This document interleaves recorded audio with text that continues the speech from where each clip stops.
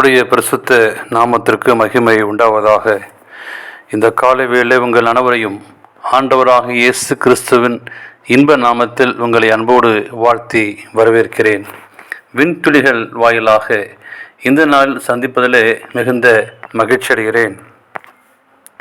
2 கொரிந்தியர் 7:9 நாம் வாசிக்கிறோம், நீங்கள் துக்கப்பட்டதற்காக சந்தோஷப்படுகிறேன் என்று சொல்லி பவுல் அங்கே எழுதுகிறார்.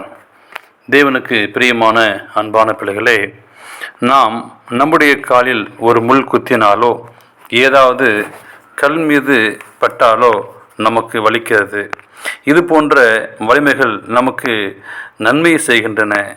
இந்த வலி ஏற்பட்ட மாத்திரத்தில் அந்த பகுதியில் ஏதோ ஒரு பாதிப்பு ஏற்பட்டிருக்கிறது என்பதை நாம் உணர்ந்து கொண்டு அந்த பாதிப்பை தவிர்ப்பதற்காக நாம் என்ன செய்ய வேண்டுமோ அதை செய்கிறோம்.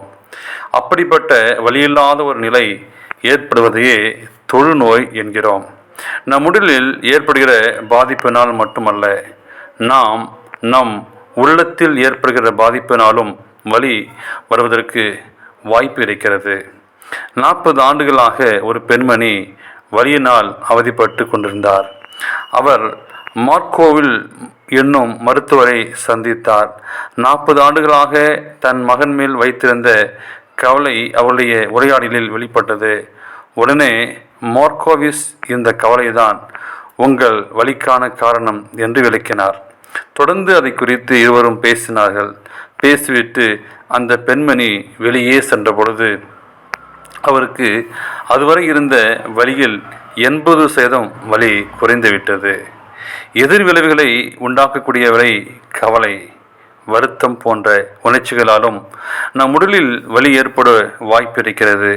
இந்த வலிகளை நாம் யோசித்து பார்த்து இதன் அடிப்படையில் நாம் அந்த வலிமையை நீக்கிவிடலாம்.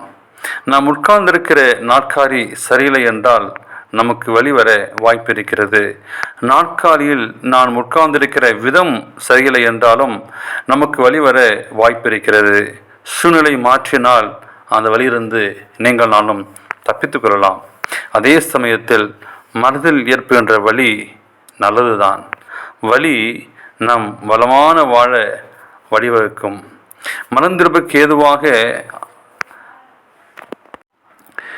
துக்கப்பட்டதற்காகவே சந்தோஷப்படுகிறேன் என்றார் பவுல். 2 கொரிந்தியர் 7:9 வாசிக்கிறோம். அந்த துக்கத்தில் நல்லது நடந்தால் துக்கமும் நல்லதுதானே. எனவே தேவனுக்கு பிரியமான பிள்ளைகளே, உபத்திரப்பட்டது நல்லது, அதனால் உங்களுடைய பிரமாணங்களை கற்றுக்கொண்டேன் என்று சொல்கிறார். தேவனுக்கு பிரியமான பிள்ளைகளே, எந்த சூழலும் மத்தியிலும் துக்கம் வரும்போதும் அந்த துக்கத்தை ஆண்டவர் ஒருவேளை நமக்கு நன்மையாக மாற்றித்தர வல்லவராக இருக்கிறார். அப்படிப்பட்ட ஆசீர்வாதத்தை பெற்றுக்கொள்ள தேவன் கிருபை செய்வாராக. ஆமேன்.